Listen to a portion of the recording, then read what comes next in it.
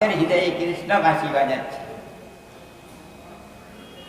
সেই কালের শব্দ শুনে থাকতে পারে না, চোখ দিয়ে জল ধরে যায় বৈষ্ণবের।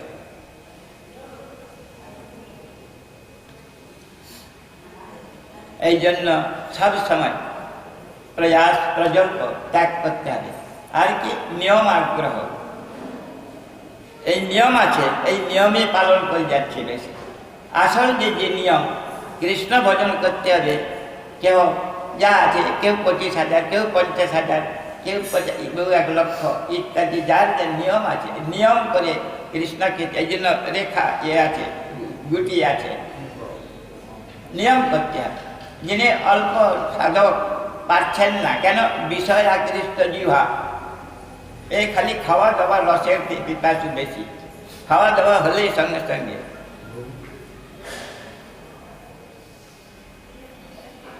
প্রয়াস প্রজল্প নিয়ম, তারপরে নিয়ম কানুন করে যাচ্ছেন, এই নিয়মই দিলেন। তাহলে যে নিয়ম দরকার, হরি ভজনটাই বেশি করে করা দরকার, কম আছে বেশি বাড়াতে হবে। তারপরে জনসঙ্গ, অসৎ জনসঙ্গ পরিত্যাগ করে আর লৌল্য চিত্তের চাঞ্চল্য, একে রক্ষা করা কঠিন। কি করে চিত্তের চাঞ্চল্য যায়? অর্জুন পারেন নাই, আমরা তো দূরের কথা। কি আছে না, চঞ্চলহি মন কৃষ্ণ প্রমাথি বলবৎ দৃঢ় তস্যাম নিগ্রহ মন্যে বায়ুরিব সুদুষ্করম। পারলাম না, তা ঠিক আছে, আমার অধীনে থাক, আমি যা বলি তাই শুনো। পাচ্ছ না? গুরু বলছে এইখানে থাকবো। ভক্তিমা ঠাকুর বললেন জগন্নাথ বাবাজির এক সেবককে, যাও বাবাজি যা বলে, বাগান বাড়িতে বেগুন নিরাতে যা বলে তাই করো। তখন সাজিবাং তাং প্রপন্ন, আমি তোমাকে মেনে নিলাম, তুমি যা বলবো, অস্ত্র ধরো।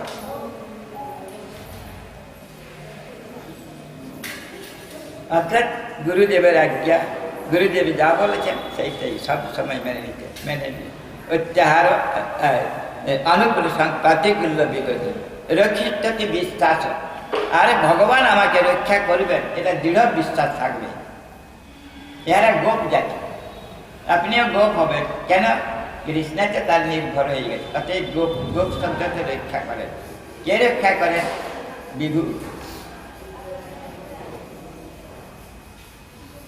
সেই জন্য তাকে গোপতৃত্বে বর্ণন তথা রেখে বিশ্বাস আর গোপতৃত্বে, আমি তোমার অধীনে থাকলাম, স্বীকার করলাম, আমি তব দাস, আমি ভক্ত দাস। ভগবত দাস অপেক্ষা ভক্ত দাস হওয়া ভালো।